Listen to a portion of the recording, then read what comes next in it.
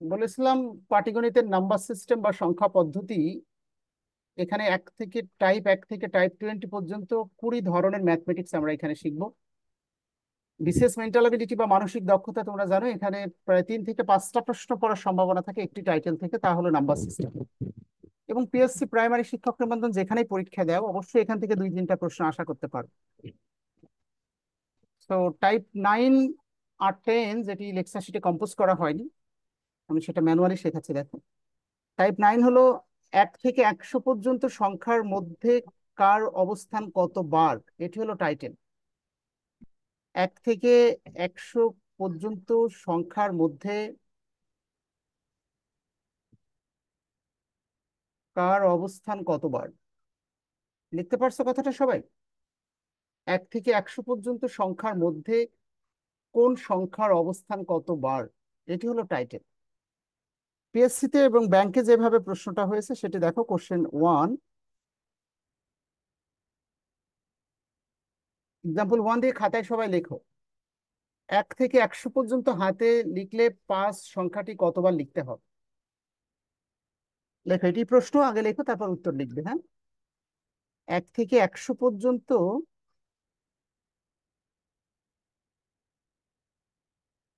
হাতে লিখলে 5 সংখ্যাটি তুমি কতবার লিখবে?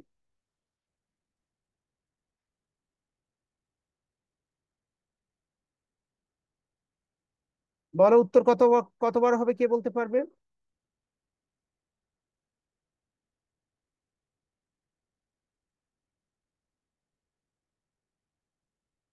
এই হলো প্রশ্ন। 1 থেকে 100 পর্যন্ত হাতে লিখলে 5 সংখ্যাটি তুমি কতবার লিখবে?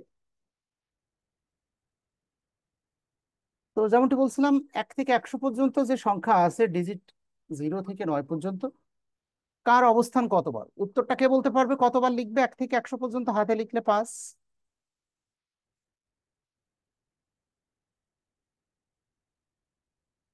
ব্যাংকের একটি প্রশ্ন পড়েছে, a typewriter reporter has written down the page number of his report by hand from 1 to 100।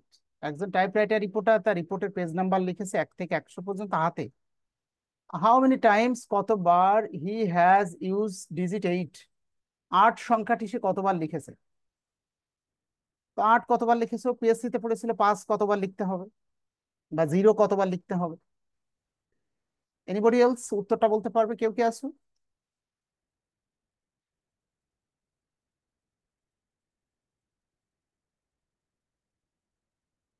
Tanushree বলো উত্তর কত হবে, 1 থেকে 100 পর্যন্ত হাতে লিখলে 5 কতবার লিখতে হয়?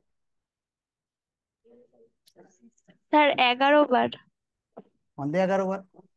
51 5 লেখনি, 52 5 লিখেছে, 53 54 55 সরি 55 স্যার তে আমার 5, মনে হচ্ছে 20 বার স্যার, স্যার। 19 বার।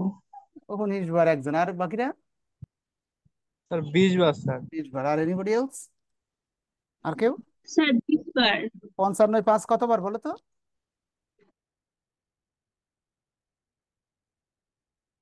আমি 55 লিখলে 5 কতবার? 2 বার। 2 বার। 2 বার আছে। এবার টেকনিকটা লিখে নাও, আসলে পরীক্ষার হলে যে ক্যালকুলেশন করা অত্যন্ত ডিফিকাল্ট।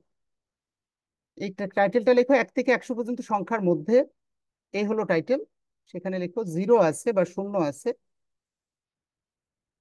11 বার।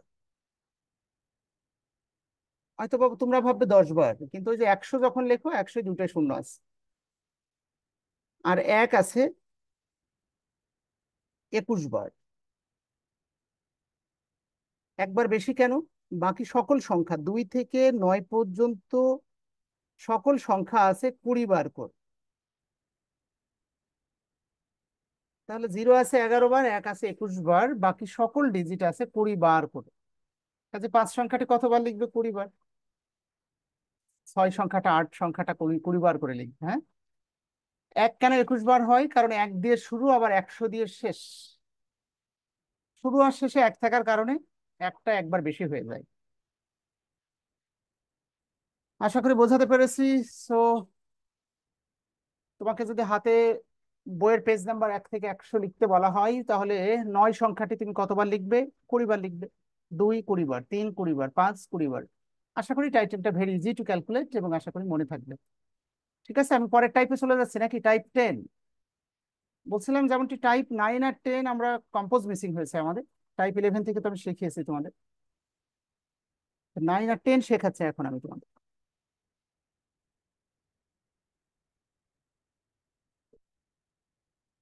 এই টাইটেলটা ওকে তো সবার কাছে? রিয়া আক্তার বলো, 1 থেকে 100 পর্যন্ত হাতে লিখলে 6 সংখ্যাটি কতবার লিখবে?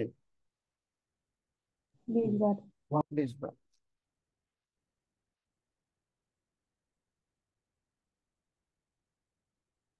লেখো টাইপ 10 কাল্পনিক সংখ্যা। এটি কেন লেখাচ্ছি, 41 এবং সম্ভবত 38 দুইটা বিসিএস এ কাল্পনিক সংখ্যা থেকে প্রশ্ন হয়েছে। কাল্পনিক সংখ্যা যার ইংলিশ হলো ইমাজিনারি নাম্বার, ইমাজিন মানে কল্পনা করা, ইমাজিন থেকে ইমাজিনারি নাম্বার। আমাদের কমার্সের স্টুডেন্ট এই টাইটেলটা জানে অলরেডি। বলো সামিয়া, বলো কাল্পনিক সংখ্যার সাংকেতিক রূপ কোনটা? কাল্পনিক সংখ্যার সাংকেতিক রূপ হলো আই। আই মানে হলো ইমাজিনারি নাম্বার। টাইটেলটা একটু ক্রিটিক্যাল, মাথাটা ঠান্ডা রেখো। কাল্পনিক সংখ্যা যার সাংকেতিক রূপ হলো আই, আই মানে ইমাজিনারি নাম্বার। একটু ছোট্ট করে লিখে রাখো কাল্পনিক সংখ্যা কাকে বলে। ঋণাত্মক সংখ্যার বর্গমূলকে কাল্পনিক সংখ্যা বলে, শুধু এই লাইনটা লেখো খাতায়। ধনাত্মক না, ঋণাত্মক সংখ্যার বর্গমূলকে কাল্পনিক সংখ্যা বলে। ঋণাত্মক সংখ্যার বর্গমূল স্কোয়ার রুট এবং কাল্পনিক সংখ্যার সাংকেতিক রূপ হলো আই, এই দুইটা লাইন জানতে হবে। এবার আসো,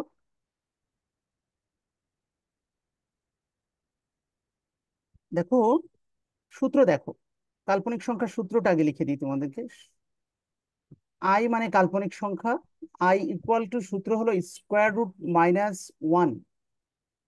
অর্থাৎ 1 টাকাকে বর্গমূল করলে 1 টাকা পাওয়া যায়, কিন্তু প্রশ্নকর্তা যদি পরীক্ষায় বলে -1 টাকার বর্গমূল করলে কত পাবে, মনে রাখতে হবে ঋণাত্মক সংখ্যার বর্গমূল বাস্তবে সম্ভব নয়, এটি একটি কাল্পনিক সংখ্যা।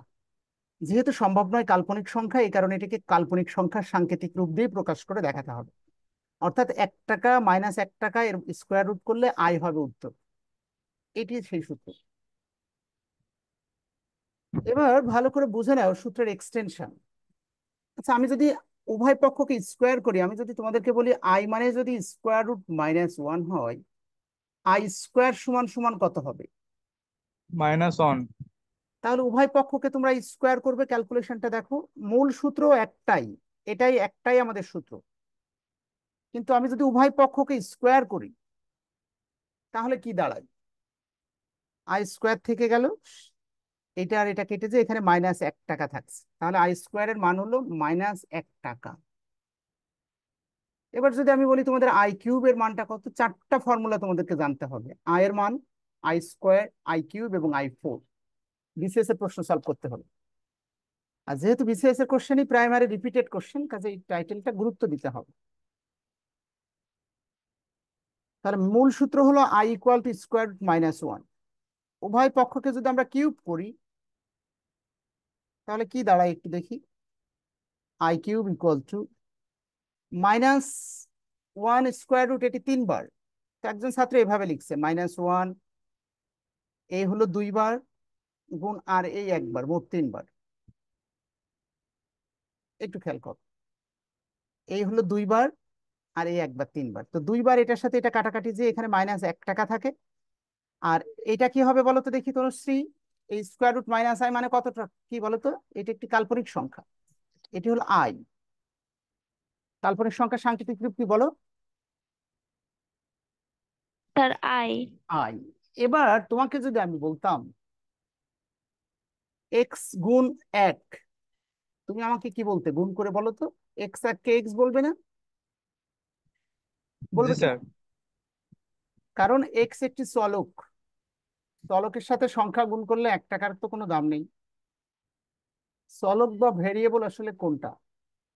ম্যাথমেটিক্সের ভাষায় সকল বাংলা এবং ইংলিশ বর্ণমালাগুলোকে চলক বলা হয়। তাহলে XYZ HIJK আইও একটি চলক। আই দিয়ে যদি 1 টাকাকে গুণ করো আই থাকবে, কিন্তু মাইনাস চিহ্নটা থেকে যাবে, অর্থাৎ এই -i। কিভাবে হয়েছে বুঝতে পারছো কিনা? উভয় পক্ষকে কিউব করলাম, মাইনাস আই 3 বার, 2 বার লিখলাম আর একবার সেপারেট করলাম। 2 বারকে ভেঙে দিলে -1 টাকা, তাকে আই দিয়ে গুণ করলে I1 K I minus I. যদি কোনো ছাত্র ক্যালকুলেশন করে পরীক্ষায় বের করতে কষ্ট মনে করে, তাহলে সে মুখস্থ করতে পারে। আবার I⁴ এই 4টা সূত্র তোমাদের জানতে হবে, রিমেম্বার। বলো I⁴ করলে কি হবে? 1 টাকা হবে, প্লাস ওয়ান 1। হবে। কিভাবে হবে সেটি দেখাবো নাকি পারবে নিজেরা? অভিষেক দাস, ঝিনেদা থেকে প্রিয়ন্তী বসু। জি স্যার পারবো। I⁴ মানে কিভাবে 1 টাকা? তাহলে একটু খেয়াল করো। কাল্পনিক সংখ্যা, ঋণাত্মক সংখ্যার বর্গমূলকে কাল্পনিক সংখ্যা বলা হয়। কাল্পনিক সংখ্যার সাংকেতিক রূপ হলো আই। আই এর মূল সূত্র হলো √-1 বা 1 টাকা। কিন্তু I² মানে -1 টাকা, I³ মানে -I 1 টাকা, আর I⁴ মানে 1 টাকা প্লাস 1 টাকা। এই হলো 4টা ফর্মুলা। এবার এখান থেকে বিসিএস এ 2 ভাবে প্রশ্ন হয়েছে। ভাব দুইটা একটু দেখো। একটি হলো এক্স্যাক্টলি -49 সমান সমান হট। ছাত্র হিসেবে তুমি আজকে ক্লাসের মধ্য দিয়ে জেনেছো ঋণাত্মক সংখ্যার বর্গমূল সম্ভব নয়। শুধু 49 বললে পরীক্ষায় উত্তর বলে দিতে 7×7 = 49। কিন্তু প্রশ্নকর্তা বলছে -49 ঋণাত্মক সংখ্যার বর্গমূল যেহেতু সম্ভব নয়, তাহলে যেটি আমরা করব, সংখ্যাটাকে ধনাত্মক আর ঋণাত্মকে কনভার্ট করবো। দেখো তো যা আছে আমি তাই লিখেছি। মিতু শবনম 49 কে 49 মাইনাসটা রেখে দিয়েছি, -1 করেছে। দেখো 49 কে 49 -49। এবার ধনাত্মকটাকে আলাদা করে ফেলছি, ঋণাত্মকটাকে আলাদা করে লিখলাম -1। এবার বলো ত্রিশা হাজরা, 49 তো 7×7 = 49, আর এটা সূত্র বলো। 7I। 7I, ধন্যবাদ। So this is the correct answer. এবার আমাকে একটু করে দেখাও -144। তারপর বিসিএস এর কোশ্চেনটা দিব, কে কে পারো দেখবো বিসিএস এর যেটা পড়েছিল। বলো রুবিনা খাতুন। ঋণাত্মক সংখ্যার বর্গমূল সম্ভব নয়, সংখ্যাটাকে কি করবে?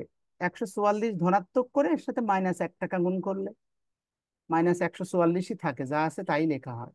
12 144 ধনাত্মকটাকে আলাদা করলাম, ঋণাত্মকটাকে আলাদা করে নিলাম।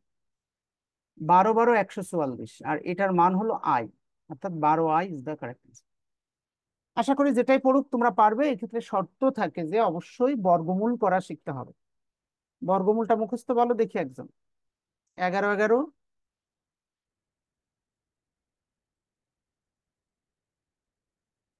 পারবে না? 121। 12 121, 144। 144, 13 বলো বলো, এভাবে 169, এভাবে বলো 20 পর্যন্ত বলো দেখি একদম।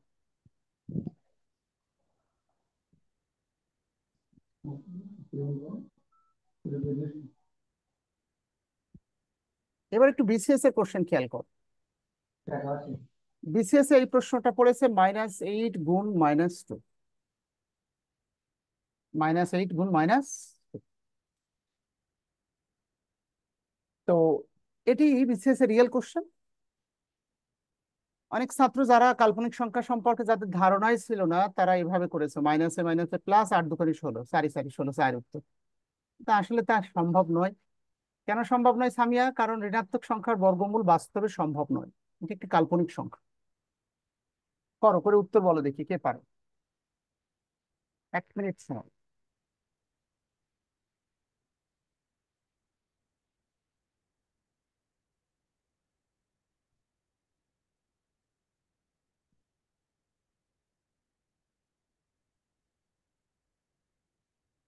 আমি একবারে লিখলাম, অনেকক্ষণ তো শেখালাম। 8×8 = 8। 2 ধনাত্মক আর 1 টাকা ঋণাত্মক, একবারে লিখলাম যদি তোমাদের আপত্তি না থাকে। আর আগে তো এটা ভেঙে ভেঙে দেখিয়েছিলাম কিভাবে লিখতে হয়, যে 8 গুণ -1, আবার 2 গুণ -1, এই লাইনটা না লিখে সরাসরি সেপারেট করে করে লিখে দিয়েছি। এবার ম্যাথমেটিক্সের যে ভাষা আছে সেটি ইচ্ছা করলে ধনাত্মকটাকে একসাথে লিখতে পারো। 8 আর 2 কত হবে সামিউল? 8×2 = 16। 16। এবার এই যে -1 আর এটা -1, -1 কতবার আছে টোটাল? 2 বার, একবার আর একবার কতবার আছে? 2 বার তো নাকি? আবার যদি এটা মান বসিয়ে দাও, কেউ যদি এমন মনে করে যে এটার মান আই, এটার মান আই, কোনো সমস্যা নেই, 2 ভাবে করা যায়। আমি দেখাচ্ছি, দেখ। একটা হলো -1 আর এটা -1, স্কোয়ার রুট 2 বার আছে তাই 2 বার লিখে দিয়েছি। 16কে বর্গমূল করলে 4 4 16, এটা আর এটা কেটে যে এখানে থাকে -1 টাকা। সো -4 উত্তর, বিসিএস এর প্রশ্ন। এবার যদি কোনো ছাত্র মনে করে যে আমি এটা মান বসিয়ে দিব, তনুশ্রী, তাহলে কি হবে? যদি সে মান বসায় তাহলে সে পজিটিভটা ধনাত্মকটা সে গুণ করে নিল, 8 দুগুণে 16। এই মাইনাস আই এর মান কত বলো? এটা তো সূত্র হলো, অরিজিনাল সূত্র I equal to square root -1। আবার এখানেও এই যে স্কোয়ার রুট -1 এর মান হলো আই। 4 4 16 গুণ আই আর আই গুণ করলে আই স্কোয়ার। দেখো তো এখানে আই স্কোয়ারের মানটা কত? -1 -1 টাকা। তাহলে স্যার একটা স্যার যেভাবেই করো না কেন সেম উত্তর পাবে। ওয়াইজ হলো এটা আর এটা সেম জিনিস, 2 বার আছে, পাওয়ারে 2 লিখে দাও। এবার আমাকে অনুরূপ একটি অঙ্ক করে দেখাও। 2 ভাবে দেখালাম।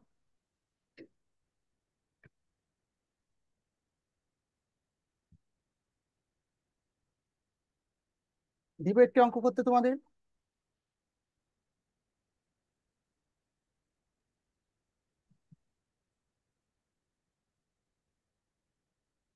দেখো, আমি যদি তোমাদেরকে 16 গুণ -4,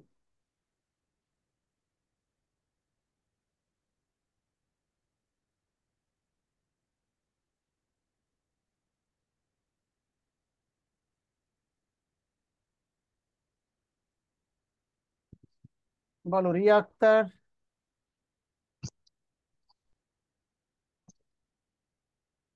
এবং অভিষেক Das.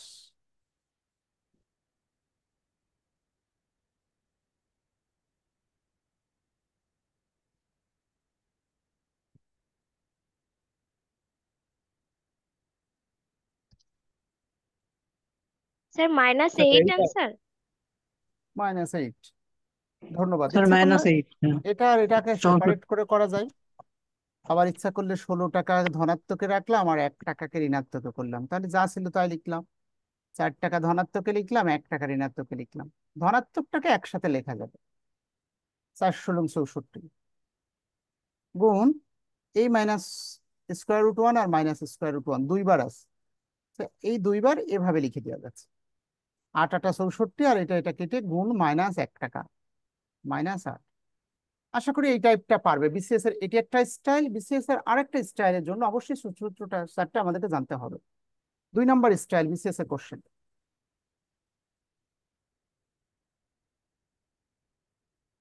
I⁻³ equal to what? Actually BCS BCS এ পড়েছিল I⁻49 ইকুয়াল টু হোয়াট। দুটো প্রশ্ন আমরা দিয়েছি, দেখো যেটাই দিক না কেন প্রশ্ন করতে, I⁻1024 দিক, অনলি 26, যে কোনো পাওয়ার দিক না কেন, এটা নিয়ে ভয় পাওয়ার কিচ্ছু নেই। শুধু একটু নিয়মটা শিখে নিলেই হয়ে যাবে। নিয়ম, সাধারণত কাল্পনিক সংখ্যার মানগুলো I² I3 I⁻4, এবং এভাবে সাইকেল আকৃতিতে ঘুরে আসে, আবারও আবারও I² I⁻3 I⁻4। তো সর্বোচ্চ I⁻4 এর বেশি আর মান জানার কোনো দরকার নেই। তাহলে স্ট্র্যাটেজিটা হলো এমন, আগে এইটা একটু বলো দেখি আমাকে। I⁻32 ইন্টু I⁻1, এটি যদি আমি তোমাদেরকে সূচক করতে বলি, সূচক বীজগণিতের সূচক মনে আছে তো? এটা ইন্টু, সূচকের ক্ষেত্রে জি যদি স্যার। দুটো বেজ মিলে যায়, দুটো মিলে কি একটা লেখা যায়? লেখা জি যায় স্যার। আর যোগ তাই। হয়। আর গুণ থাকলে 32 আর 1 33 করা যায়, যায় কিনা? আমি এই অঙ্ক করাচ্ছি না, আমি এই থিম দিচ্ছি। মনে করে এটা একটি অঙ্ক, I⁻32 I⁻1, তা দুটো আই মিলে একটা আই নিলাম, আর গুণ থাকলে পাওয়ার গুলো যোগ হয়, 32 আর 1 33। এবার আস, পরীক্ষার হলে এই ধরনের প্রশ্নের ক্ষেত্রে তোমাদের মেন পারপাস হবে, যেহেতু সর্বোচ্চ যে মানটা তোমরা জানো আই টু দি পাওয়ার 4 এর মান। কাজে তোমার টার্গেট পয়েন্টে সবসময় থাকবে 4-এর সাথে কিছু একটা গুণ করে 33-এর কাছাকাছি পৌঁছানো। 4-এর সাথে কিছু একটা গুণ করে 33-এর কাছাকাছি আমরা পৌঁছাবো। আই টু দি পাওয়ার 4 পাওয়ারে পাওয়ারে যেহেতু স্বাভাবিক গুণ হয় পাশে বসবে আর কি। তো আমাকে বলো 4-এর সাথে 33 কত দিয়ে গুণ করলে কাছাকাছি যাওয়া যায়? 4 4 8 32 4 32, আট। এই যে আমি লিখলাম দেখো 8। কিন্তু আমার তো দরকার 33। সামিউল পেয়েছি কিন্তু 4 32, শর্ট আছে কত? 1 তাই এই আই টু দি পাওয়ার 1, কারণ আমি জানি এটি ক্যালকুলেশন করলে দুটো আই মিলে একটা আই লিখতে পারবো। এই 4 32 আর 1 যোগ হলে ওই 33-এ আমি ফিরে যেতে পারবো। এ পর্যন্ত বুঝতে পারছো কিনা সবাই? দেখো তাহলে যে অঙ্কই পড়ুক না কেন আমাদের টার্গেট হলো 4 দিয়ে কিছু একটা গুণ করে ওই সংখ্যার কাছাকাছি পৌঁছানো। পৌঁছালাম তো? এ পর্যন্ত বুঝতে পারছো কিনা? তাহলে 4 32, 1 শর্টেজ ছিল 33, এই যে আই টু দি পাওয়ার 1 লিখলাম। প্রশ্ন হলো স্যার যদি 34 থাকতো 2 শর্ট হলে এখানে আই টু দি পাওয়ার 2 লিখতাম, 3 শর্ট হলে আই টু দি পাওয়ার 3 লিখতাম। 4 কখনো শর্ট হবে না, কারণ 4 দিয়েই তো গুণ করতেছে। এবার দেখো, বলো Trisha Hazra, I to the power 4 এর মান কত? 1 টাকা। 1 এই যে মান আই টু দি পাওয়ার 4 এর মান 1 টাকা। 1 টাকা যদি 8 বার গুণ করো ইন্টু আই টু দি পাওয়ার 1 মানে আই, ওই একের তো কোনো দাম নেই। হ্যাঁ, আই পাওয়ার স্কোয়ার থাকলেও আই স্কোয়ারের একটা মান হতো। আচ্ছা, 1 যদি 8 বার গুণ করি একই পাবো, আর তার সাথে যদি আই গুণ করি আই এককে আই হবে। So I is the correct answer. আমি আরো একটা দেখাই, তারপর তোমরা আমাকে করে করে দেখাবে। তাহলে আমাদের টার্গেট পয়েন্ট, আমি যে টার্গেট বেঁধে দিলাম, মোহনা কণা ঝিনাইদহ এবং সীমা পারভীন বলো দেখি, 49। সবসময় আমাদের টার্গেট থাকবে পরীক্ষার হলে 4 এর পাওয়ার, যেহেতু আই টু দি পাওয়ার 4 এর মানটা 1 টাকা, এই 4 এর সাথে কিছু একটা গুণ করে 49-এর কাছাকাছি পৌঁছাতে চাচ্ছে। 4 10 40, 4 11 44, 4 12 48, 4 12 কত? আবার 13 লিখলে 49 ছাড়িয়ে যাওয়া যাবে। তাহলে শর্ট আছে কত? আমার তো 49 দরকার, আমি লিখলাম তো 4 12 48। এখনো শর্ট আছে কত? 1, 1 আই টু দি পাওয়ার 1, কারণ এই দুটো আই মানে একটা আই, আর 48 আর 1 যোগ হয়ে 49-এ ফিরে যেতে পারবে। আই টু দি পাওয়ার 4 এর মান হলো 1 টাকা। 1 টাকা 12 বার গুণ করলে 1 টাকাই হবে ইন্টু আই, অর্থাৎ 1 টাকা ইন্টু আই সমান সমান আই এককে আয়ত্ত। এবার আমাকে করে দেখাও। প্রশ্ন হলো আমি দুটো অঙ্ক দিয়েছি, দুটোর ক্ষেত্রে কিন্তু ওই একই রকম হচ্ছে। তোমরা আই টু দি পাওয়ার 26 দিয়েছিলাম, যেটি সম্ভবত ইউনিভার্সিটি প্রশ্ন ব্যাংকে পড়েছে, এটা করে দেখাও তো। আই টু দি পাওয়ার 26,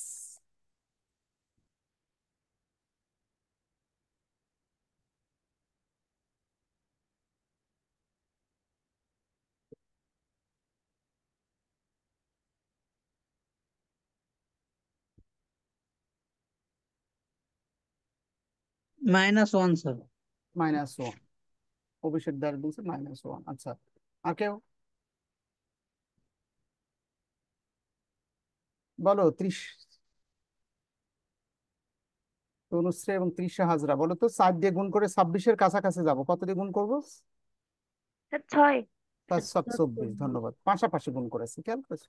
4 গুণ 6, তাহলে এখনো শর্টেজ কত? 2 2 মানে আই স্কোয়ার হয়ে গেল, তাই না? 2 মানে কি, আই টু দি পাওয়ার 1 হলে তো 1 এর কোনো দাম নেই, কিন্তু I square, I to the power 2 এর তো দাম আছে, আই স্কোয়ার মানে তো 2। হ্যাঁ, আচ্ছা, আই টু দি পাওয়ার 4 এর মান হলো 1 টাকা। 1 টাকা যদি 6 বার গুণ করি 1 টাকাই পাবো। আই স্কোয়ার এর মান হলো -1। কোথায় পাচ্ছে এই সূত্র? এই যে আই স্কোয়ার সমান সমান -1। 1 6 বার গুণ করলে 1 টাকাই হবে, গুণ -1 টাকা। 1 টাকা আর 1 টাকা গুণ করলে -1 টাকা। তাহলে আরো একটা দিই নাকি অভিষেক দাস? দিতে পারেন স্যার। আই টু দি পাওয়ার 55, এটা পারলে তোমাদের ধরে নিব তোমরা সব এক্সপার্ট হয়ে গেছে, তখন আর আমার এই টাইটেল দরকার হবে না। কাল্পনিক সংখ্যা, আমি নতুন টাইটেলে যেতে চাচ্ছি।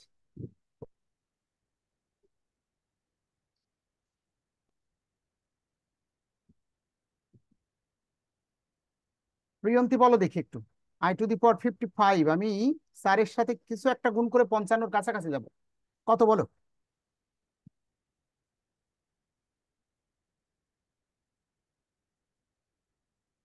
4×11 = 44, 4×12 = 48, 4×13 = 52, 4×14 = 56। তো 55 ছাড়িয়ে যাওয়া যাবে? 4×13 = 52, কিন্তু দরকার তো 55, শর্টেজ আছে কত? ইন্টু 3 শর্টেজ আছে, তাহলে i⁵ এই যে i⁵ এর মান তো তুমি জানো। i⁴ এর মান হলো 1 টাকা, 1 টাকা 13 বার গুণ করলে 1 টাকাই হবে। -i sir. আর এই i⁵ এর মান হলো -i। এই সূত্র চারটে কিন্তু বুঝিয়েছিলাম সুন্দর করে, তখন কিন্তু মনোযোগ দেওনি। i⁵ 13 বার গুণ করলে 1 টাকাই হবে, গুণ -i, এর সাথে 1 গুণ করলে -i উত্তর। সো সব ভার্সনের অঙ্ক একটি করে দেখিয়েছি, বাসায় প্র্যাকটিস করতে হবে। মেন পারপাস হলো সূত্রটা বুঝতে হবে। তোমাদের কি মনে হয় আমি এটা মুখস্থ তো করি নাই? আমি তো একটা ক্যালকুলেশন করে বের করে নিয়েছি। খেয়াল করেছো, আমাদের শুধু একটা সূত্র জানা আছে, কাল্পনিক সংখ্যা সাংকেতিক রূপ, আর বাকিগুলো ক্যালকুলেশন করে বের করা যাবে। তাহলে এটি ছিল টাইপ 9 আর 10। আর টাইপ 11 থেকে তো আমাদের শীটে কম্পোজ করা আছে, আবার টাইপ 19 আর 20 কম্পোজ করা নেই। আচ্ছা, সম্ভবত আমি 13, 14, 15 পর্যন্ত করিয়েছি, আজকে টাইপ 16 থেকে শুরু হবে। আমি এখন 16 নিয়ে কথা বলবো, আর আমাদের মূল উদ্দেশ্য বাসায় হোমওয়ার্ক দিয়ে দিব তোমাদেরকে পরের দিন পড়ানোর সুবিধা। টাইপ 16 থেকে ডিরেক্ট কোনো প্রশ্ন পরীক্ষায় পড়ার সম্ভাবনা কম। টাইটেলটার নাম হলো বিভাজ্যতা, ইংলিশে বলছে ডিভিজিবিলিটি। প্রশ্ন হলো এই টাইটেল থেকে যদি প্রশ্ন না পড়ে তাহলে এটা শেখার দরকারটা কি? বিভাজ্যতা, এই টাইটেলটি পড়ার মেন পারপাস হলো একটি সংখ্যা দেখে বুঝতে পারা তা কত দিয়ে ভাগ করা যায়, কত দিয়ে কাটাকাটি করা যায়, সেটি দেখে বুঝতে হবে আমাদেরকে। এবং সংখ্যাটি মৌলিক না যৌগিক তা চিনতে আমাদেরকে সাহায্য করবে যদি আমরা ডিভিজিবিলিটি বা বিভাজ্যতার উপর এক্সপার্ট হতে পারি। তাহলে ডিভিজিবিলিটি অনেক থাকলেও টাইটেলটা লেখো সবাই বিভাজ্যতা, টাইপ 16।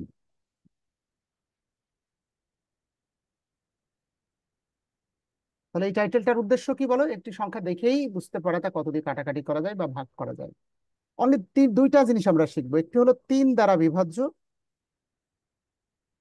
আর 5 দ্বারা বিভাজ্য। আর কোনোটা শিখবো না, সবগুলো আমরা জানি, কিন্তু কিছু আছে যা মনে রাখতে যে কষ্ট হবে, ততক্ষণে ক্যালকুলেশন করে নেওয়া যাবে। 3 দ্বারা বিভাজ্য মনে রাখবে, এটা টেকনিক। পরীক্ষায় তোমার কাছে প্রশ্ন করা হয়েছে 621 একটি সংখ্যা, এই সংখ্যাটা কি 3 দিয়ে ভাগ করা যায়? তো তুমি অঙ্কগুলো যোগ করে দেখবে, 6 আর 2 8 আর 1 9 টাকা। 9 টাকা তো 3 দিয়ে ভাগ করা যায়, কাজেই 621ও 3 দিয়ে ভাগ করা যায়। কারণ টেকনিক, যদি কোনো সংখ্যার অঙ্কগুলোর মধ্যকার যোগফল 3 দিয়ে ভাগ করা যায় তাহলে সম্পূর্ণ সংখ্যাটি 3 দ্বারা বিভাজ্য হবে। এই কারণে কোন একটি প্রশ্নে পরীক্ষায় পড়েছে পিএসসি তে 105:216, এটি ছাত্রদের ক্যালকুলেশন করে হয়েছে। এরপরে ছাত্র আর মুভ করতে পারছে না, এটা ছোট করা যায় কিনা। ছাত্র দেখলে এটা জোর 2 দিয়ে ভাগ করা যায়, কিন্তু এটা 5 দিয়ে ভাগ করা যায় মনে হয়েছে, আর কিছু দিক ঠিক করতে পারছে না। কিন্তু বিভাজ্যতার নিয়ম যে জানে সে দেখবে, এটা যোগ করে দেখবে, 5 টাকা আর 1 টাকা 6 টাকা, তার মানে এটা 3 দিয়ে ভাগ করা যায়। 6 আর 1 7 আর 2 9 টাকা, এটাও 3 দিয়ে ভাগ করা যায়। এটা 3 দিয়ে ভাগ করি, 3 3 কে 9, হাতে থাকে 1, 3 5 15, 3 7 21, 3 2 6। এটা 5 দিয়ে যায়, এটা যাচ্ছে না, মানে এটা উত্তর।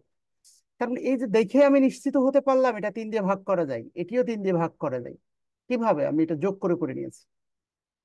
তাহলে এটি শেখার উদ্দেশ্য হলো কত দিয়ে ভাগ করা যায়, 3 দিয়ে ভাগ করা যায় কিনা তা নিশ্চিত হওয়া, এবং যদি ভাগ করা যায় তাহলে সেটি যৌগিক সংখ্যা, ভাগ করা না গেলে সেটি মৌলিক, এটিও নিশ্চিত হওয়া। তো তাহলে 3 দ্বারা বিভাজ্য টেকনিক কি শিখলাম সামিউল? যদি কোনো সংখ্যার অঙ্কগুলোর মধ্যকার যোগফল 3 দিয়ে ভাগ করা যায় তাহলে সম্পূর্ণ সংখ্যাটি 3 দ্বারা বিভাজ্য হবে। এখন আমি যদি সামিলকে প্রশ্ন করি 10,005 একটি সংখ্যা, এটাকে 3 দিয়ে ভাগ করা যাবে? তো যাবে স্যার। 5 টাকা আর 1 টাকা 6 টাকা, হ্যাঁ। 933কে 3 দিয়ে ভাগ করা যাবে?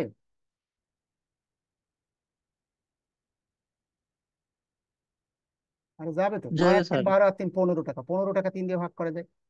তাহলে এই টেকনিকের কথাই বলেছি মুখ দিয়ে, রেকর্ডিং শুনে সুন্দর করে লিখে নিও। 5 দ্বারা বিভাজ্য যদি কোনো সংখ্যার শেষ বা একক স্থানীয় অঙ্কটা 0 আর 5 হয়, তাহলে তো অবশ্যই 5 দিয়ে ভাগ করা যাবে। উদাহরণস্বরূপ 9310, লাস্টে 0 আছে, 5 দিয়ে ভাগ করা যাবে। আবার 7113, লাস্টে 5 আছে, এটাও 5 দিয়ে ভাগ করা যাবে। অর্থাৎ একক স্থানীয় অঙ্ক 0 আর 5 হলে অবশ্যই 5 দিয়ে ভাগ করা যাবে। এই দুটো টেকনিক স্টুডেন্ট হিসেবে তোমাকে অবশ্যই জানতে হবে। লাইনটা কেটে গেলে আজকে আর ফিরে আসতে হবে না। ছোট্ট একটু হোমওয়ার্ক খেয়াল করো। সবাই বাসায় 1 থেকে 100 পর্যন্ত 25টি মৌলিক সংখ্যা আছে। এই মৌলিক সংখ্যাগুলো বাসায় আমি লেকচার শিট দিয়ে দিয়েছি, প্র্যাকটিস করে এসে ক্লাসে ঢুকবে। 10 সেকেন্ডে লেখা প্র্যাকটিস। 2, 3, 5, 7, 11, 13, 17, যারা বিসিএস ক্যান্ডিডেট, যারা বিসিএস ক্যান্ডিডেট না তাদের শর্টকাট শেখাবো। 23, এভাবে 10 সেকেন্ডে 1 থেকে 100 পর্যন্ত মৌলিক সংখ্যা